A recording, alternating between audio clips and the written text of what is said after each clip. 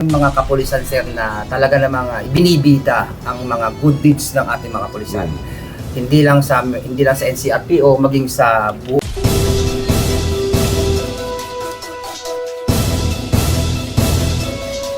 Pilipinas.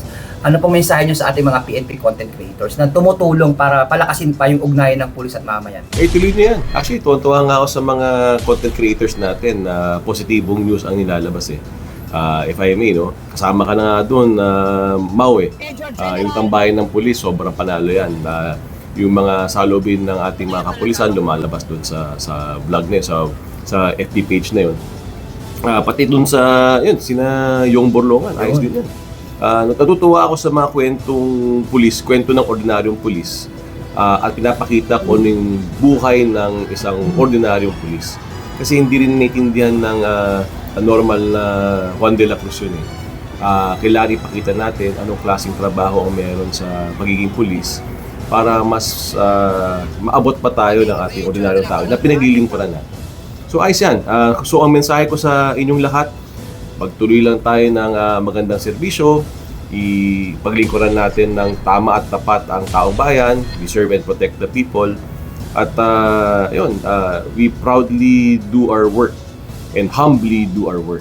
Hindi naman, huwag natin kalimutan na hindi dapat tayo langaw sa ibabaw ng kalabaw. Magpakumbaba tayo habang nagtatrabaho para walang mapula sa atin. At alam ko naman at alam din naman ng buong sambayanan na ang pulis natin ay mahikisig, magagaling, tapat sa serbisyo. Meron lang talaga na ilan, di ba? Pero buong-buo ang tiwala ko sa ating kapulisan, buong-buo ang tiwala ko sa tapat na maglilingkod na kasapi ng Philippine National Police. Sir, kung hindi nyo po natanong, meron tayong Police News Network. Ito po yung network natin na para ang lahat ng nilalabas po dito ay puro mga good deeds, kabutihan ng pulis. Sir, ano po mensahe nyo sa Police News Network kapag kami po mga correspondent? Meron din tayong mga correspondent sa hindi lang po kami. Meron po tayong correspondent ng Mindanao, Visayas, Luzon at syempre itong Metro Manila. Una, ayos na ayos yan. Hindi nyo natatanong. Araw-araw na lang, nagsa-cyber patrolling din ako Napapanood ko lahat ng mga pinapost nyo. Follower nyo nga ako So, yung mga police vlogger, yung kayo sa PNN, yung sa'yo mismo, yung tambayan ng police na yan, ako yung follower. Pinapanood ko lahat. At tama na ibida natin ang magandang gawin ng police. In fact, even sa Napolcom, kadalasan nakikita nyo yung mga hinuhuli natin, yung kinakasuhan natin.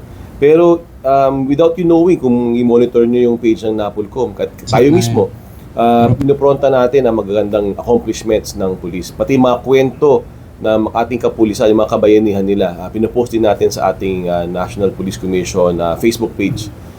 At tayo rin ay pro-commendation.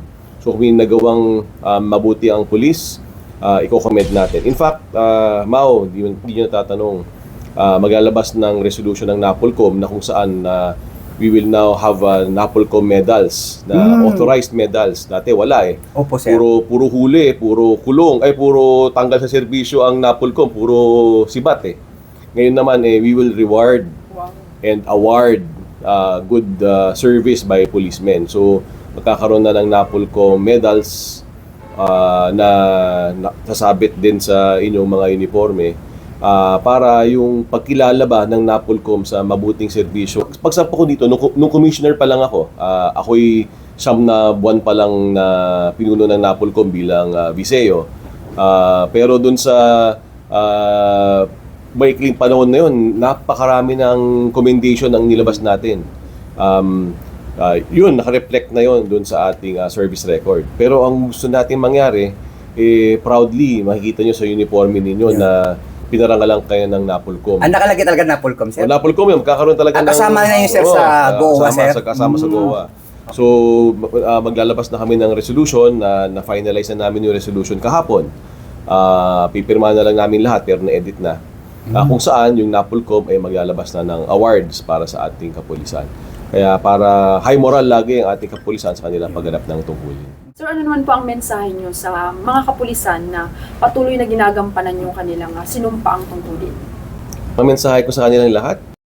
Lilingkod sa bawat Pilipino. at magbibigay ng tamang impormasyon para sa tahimik at maayos na Pilipinas. Police News Network, alagad ng batas, tagapagtaguyod ng balitang pulis, sandigan ng mamamayan, patnubay ng katotohanan.